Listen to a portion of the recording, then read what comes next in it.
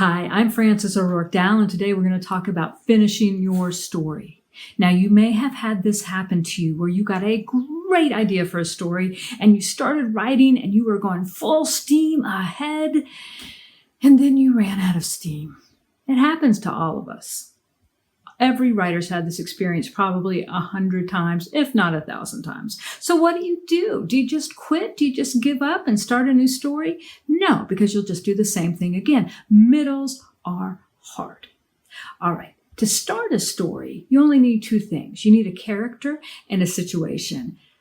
To get through the middle of the story, you have to have a problem for your character to solve. And most of the times, 99.9% of the times, that problem arises out of the situation. Okay, so maybe one day I woke up and realized I could fly. That's the story I'm writing. And then I'm up in the air having a great time when I realize I don't know how to land. All right, that's a problem. And that's the problem I or my character has to solve. Now, here's what I see happening with a lot of stories that never get finished.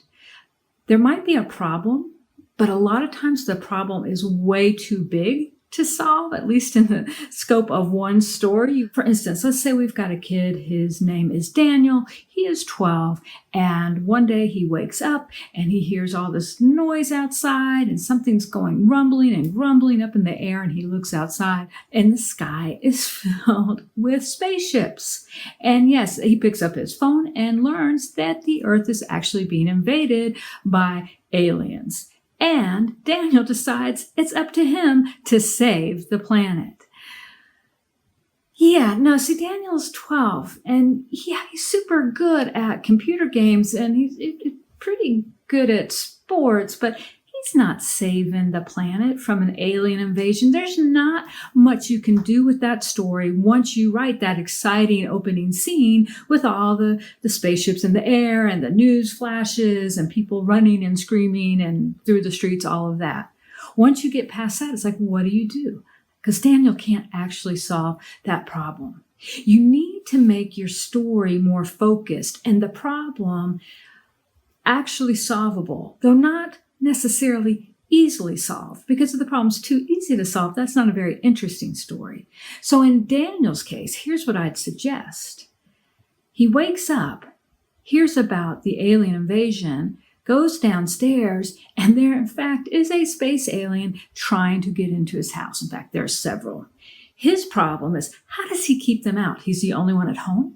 No one's there to help. What can he do? So what he does first is perhaps he locks the doors, and then he blocks the doors, and then he realizes that the aliens are trying to get into the windows, and there's only so much he can do. And then his best friend, Chris, texts him and says, I just heard that if you throw water on the aliens, they melt.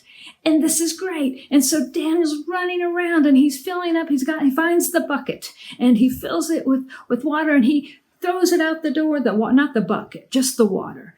Hits the first alien, and sure enough, the alien melts. Great, except there are more aliens, right? So he fills up and he keeps doing it. And then there's only one alien left.